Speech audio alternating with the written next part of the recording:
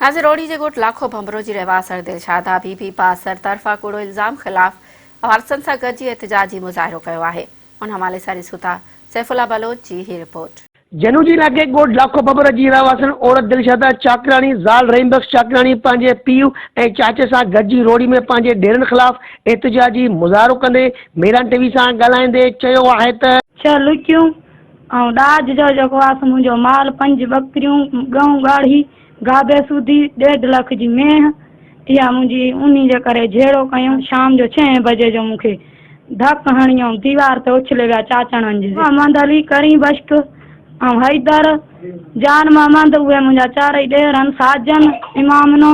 उहे सौट आहिनि हुननि जा भाणे जो आहे हिन महिल मुंहिंजी न्याणी हुनखे ॾिनल हुई उन न्याणी मुंहिंजी खे तमामु धमकियूं ॾेई मारे कुटे हुनखे हुनजा सोन बोन टुगे हुनखे गऊं माल मेहूं मूं साईं बकरियूं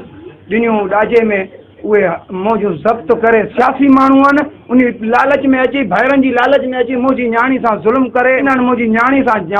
नाजाइज़ी करे वॾे में वॾी मारे कुटे मां परी भर साईं हारपो कंदो आहियां मां राखी कंदो आहियां पर आई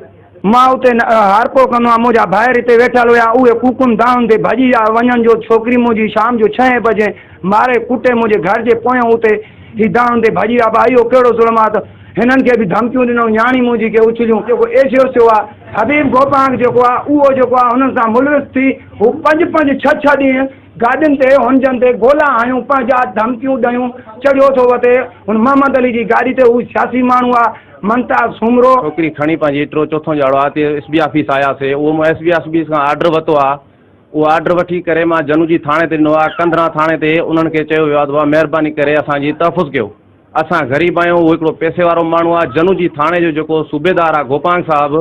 ऐं सुमरो साहिबु इहे जेके हुनजी वंगारोड़ा आहिनि मुंहिंजा छोकिरा हितां लेटर SB ऑफिस जो खणी करे उते थाणे ते विया आहिनि उन्हनि 4 ॼणनि खे विहारे छॾियो अथसि मां अता हुसन उते वियो आहियां मां इहा ॻाल्हि कई आहे त भाई हे तूं छो माण्हू विहारिया SB ऑफिस जो ऑर्डर आहे मां तोखे लेटर ॾिनो आहे ती छाजो लेटर हुनखे धिका धूणा ॾेई उहो SB ऑफिस जो लेटर फाड़े करे हुननि खे गिरफ़्तार करे विहारे छॾियईं 4 माण्हू मुंहिंजा उहे विहारे छॾिया अथसि अॼु जी सूरत में मुंहिंजे घर ते हमिलो धुर जेके आहे उहे धुरनि खे लठियूं हथ में ऐं जेके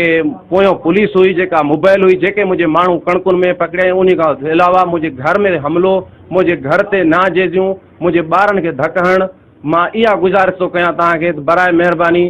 SB ऑफिस के सभु कोर्ट खे मां इहा थो चवां त असांजी मदद कयो।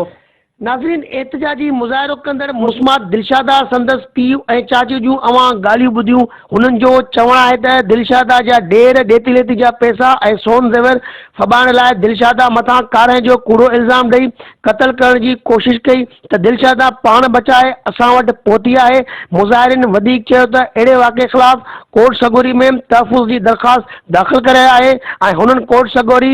SSP ऐं DIG सखर खां मुतालबो कयो आहे त वाक़े जो नोटर ख़िलाफ़ केस दाख़िल करे दिलशाद खे तहफ़ुज़ ॾियारियो वञे। कैमरामैन सबगतुल्ला बलोच सां गॾु सैफुल्ला बलोच मेरान TV न्यूज़ रोड़ी।